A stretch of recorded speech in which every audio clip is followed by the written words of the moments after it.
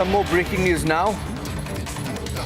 UK has responded to Russia's intercontinental ballistic missile strike on Ukraine. For the first time in 33 months, almost 3 years since the war began between Russia and Ukraine, there is a use of the ICBM, a long-range intercontinental missile.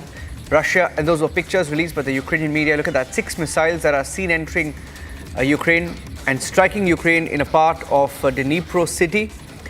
And UK has responded saying that Russia for months has planned to use long-range missiles. Interesting, because Rakshita is also joining me, my colleague from the newsroom. Rakshita, hearing that it was Ukraine that used UK-based missiles, made in UK missiles, to strike Russia for the first time in the last 24 hours. In fact, I'm getting in details of Ukraine firing Storm Shadow. These missiles are made in the UK, firing them into Russia, and there has been a provocation to which Russia has perhaps responded. Absolutely. That's what we are getting to know, is that, in fact, the Russian Defense Ministry has also said that it has taken down at least 2 of these British-made, UK-made Storm Shadow missiles, 6 HIMARS rockets, and also 67 drones. That it is the air defense system, in fact, that had shot down these missiles, and 6 HIMARS rockets and 67 drones. UK now, in the same breath, does not really confirm that that Russia has indeed used ICBM missiles or not, but it says that there are reports doing the rounds. And remember, this is the first time that Russia has used the intercontinental ballistic missiles in this war that has lasted for around 1,000 days. And this, of course, is a fresh escalation, and rather it's a retaliatory escalation. If you see, Niranjan, what we understand is that the UK has provided these missiles to Ukraine, and for the first time the UK-made missiles have been also used by Ukraine. Up until now, there was only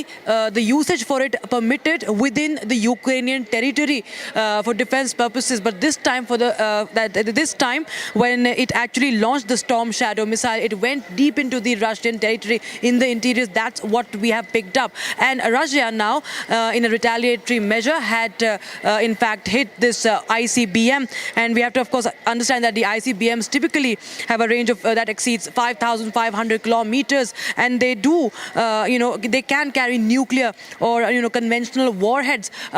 We do not know still about the type of ICBM that was used, but indeed this is a big escalation this time. Niranjan, back to the studio. All right, I'm getting in some breaking news updates right now. Moving on, staying with global news, but I'm getting another breaking news update on a story from Israel.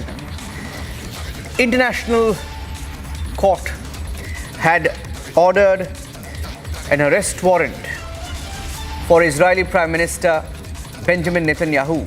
The International Criminal Court this morning issuing an arrest warrant against the Israeli Prime Minister Benjamin Netanyahu and also the former Defense Minister Yoav Gallant for alleged war crimes committed during the conflicts in Gaza and Lebanon.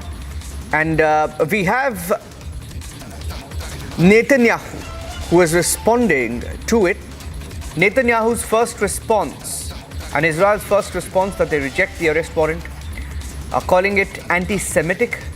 Netanyahu has described himself as a victim of the new Dreyfus affair that Israel rejects. We discuss the absurd false actions and charges against it by the International Criminal Court.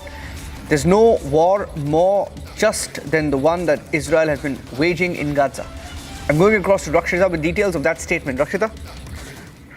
It turns Netanyahu, internationally into an internationally wanted suspect, and also, of course, is a former defense minister. Even Hamas officials have also been named here by the ICC. And it's in a way a move to further isolate Israel. But having said that, this could have just limited implications for Israel. Practically speaking, Niranjan, because both Israel and its ally, the major ally, United States, are not really members of the court of the ICC, and 2 of the Hamas officials were, in fact, they have also been named here in the conflict. So practically what implications it have, that of course remains, it's in the realm of debate and discussion. But of course this is an attempt, once again we see, that could only further complicate the peace process, the process of dialogue, a ceasefire agreement that is long pending, if you talk about what's been happening in Gaza, and of course the multi-pronged war now that Israel finds itself in. Niranjan.